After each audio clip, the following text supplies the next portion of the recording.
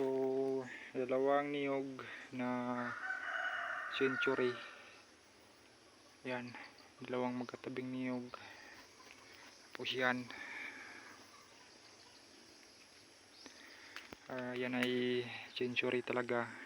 And then, yan ay dwarf na sa sobrang tagal na panahon, hindi siya masyadong tumaas o lumalaki.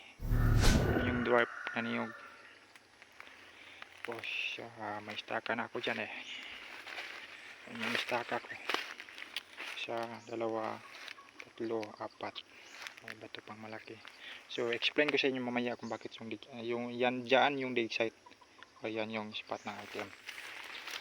Bago ang lahat, shout out muna tayo sa mga solid subscriber, mga solid supporters natin. Salamat sa suporta ninyo. Shout out kay Bisalilg Lariusa from Maramag, Lariusa from Maramag, Bukidnon. Okay, shout out sa inyo dyan. Salamat sa walang sawang suporta sa ating munting channel. And then dyan kay Ma'am Rosemary Rojo. And then kay Ambit Berber Vlog. Okay. Salamat sa suporta ninyo mga katiats. Ngayon, explain ko na sa inyo kung bakit sa yung spot ang deposito sa staka natin. May bato siya dito eh na inukitan. Okay, malaking bato yan, and then hindi talaga yan magalaw, malaki yan, hindi lang makita yung buo. Ang kaiba dito, meron siyang isa. Okay, isa. So HC 1 deposit, and then code 1. Okay, code 1, yan lang kasimple. Then meron siyang arrowway dito, spokes. Kunik mo yan, araw talaga siya papunta doon. Okay, then itong isa na ito, or itong inukit na 1 malaki, kasya nga yung kasya nga yung kamay. Yan ay, di ba, code 1 ay norte, and then confirmation na nasa norte talaga yung deposito. Meron siyang dito, tingnan niyo yung guhit, pabalod-balod siya. Okay, so yan, tingnan niyo na mabuti, pabalod-balod siya bay. Okay, so ibig sabihin yan ay water element. Kaya nga itong hole nga ito, masidlan ito ng tubig eh. Tingnan niyo yan, masidlan ito ng tubig. So norte talaga yung direction, norte ka punta. Tapos may arrowway. Yan, araw talaga siya. Ang kaiba dito, meron siyang hole with hole. Okay, yan, female organ or excellent marker. Hole, tapos may hole sa ilalim. Okay, deposito. Yung arrowway niya, papunta sa doon. Okay. So, ngayon, tingnan natin yung compass orientation para talagang makita ninyo kung norte ba talaga siya. Yan, norte 360 degrees. Yan, mula dito sa bato na ito na meron siyang code 1 or meron siyang isa or water element, papunta doon sa istaka natin. 6 feet lang yung sukat niya dyan. Okay, yan yung confirmation bakit yan yung spot natin. Then itong niyog na ito luma talaga siya. Meron siyang meron siyang X dito na talagang nilagay talaga na X. Yan. Pero hindi natin isali yan, baka magalit naman yung mga basher natin. Wag na yan. Ano na yan? Wala yan, wala. Tapos yan. Triangle. Hindi natin isali, baka magalit yung mga basher natin. So 6 feet mula doon sa bato na may ukit patungo dito, 6 feet lang.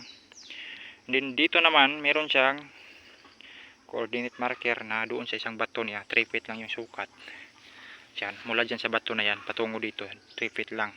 Okay, yung bato na yan meron siyang hole na malaki. Yan, yan, kasi nga yung isang kamao. 3 feet mula doon sa bato na yan hanggang dito. Naka Swiss alignment siya, okay, or 357 pattern.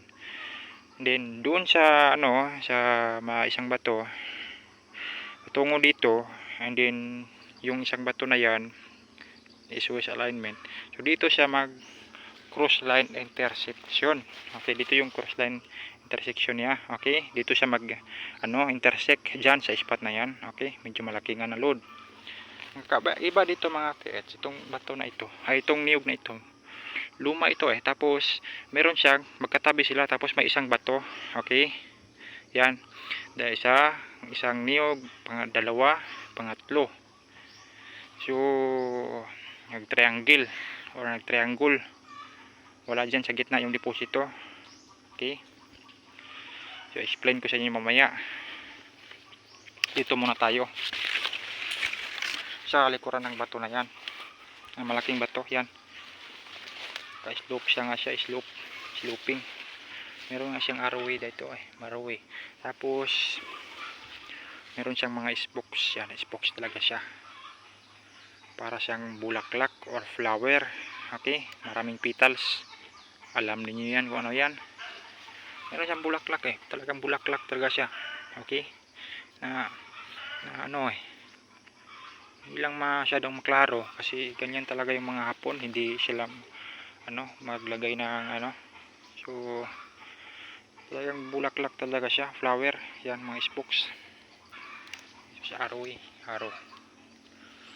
so bomb trap or explosive.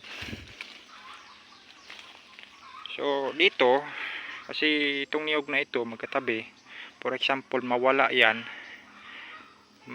kung putulin yan, mawala yan, meron pang dipensang bato na half bored or na hindi magalaw, nakapix talaga siya. Yan yan yung bato. Tapos mawala yung niyog na yan, mawala yan, may bato pa. Tapos doon sa dyan, pag mawala din yan, pag mawala din isang niyog, meron pa rin yung bato na yan. Okay, in may ukit na isa yan, and then may boulder na malaki, tapos maliit na bato, tapos yun. Ibig sabihin mga TH, ito yung missing code. Okay, missing code ito, yan yung missing nya. Pag hukayin ito, may malaking bato dyan sa ilalim, mga 3 feet to 2 feet to 4 feet. Makita mo na yung malaking bato dyan. Dyan yung item kasi missing ito missing code. Wala doon yung bato kasi wala doon yung load, kasi doon ka sa gitna maghukay, wala kang makukuha. So ito yung item natin dyan lang mismo. Ganyan lang kasimple mga TH. Okay, yung na yan, yung mayroon siyang mata nga dito yan, parang face marker. So wag na yan, baka magalit na naman yung mga basher. Yan kasimple. Sabihin naman ang nature talaga, nature. So nature pag walang alam, pag nature mga tayo, hindi yan maka-align. Okay, tingnan niyo na magbuti. Ito yung pinakamabigat na marker yan. Yan yung pinakamabigat na marker. Isa, code 1, tapos masisidlan siya ng tubig. Norte talaga siya. Okay, masisidlan ng tubig pag mulan. Okay, tapos yan, balod-balod siya water element. So hindi ka talaga mawala. Punta ka sa code 1. Okay, so code 9 na to dito. Okay, baka simot code 9. Okay, norte 360 degrees. Meron pa siyang arrow yan. Doon yung item. Ganyan lang mga kasimple mga TH. And then tuloy lang sa exploration. Ganyan kalaking item, malalim yan talaga yan. Meron din siyang passageway yan, dalawang bato tungo doon sa Swiss yan.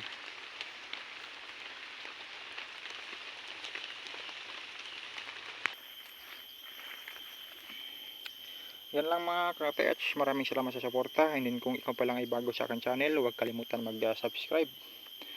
And then pakiclick na rin sa notification bell para lagi kayong updated sa bago nating upload. Dahil tayo ay mag-upload halos araw-araw. And then pakilike na rin sa video na ito mga TH kung nagustuhan ninyo, and then kung nakakatulong sa inyo.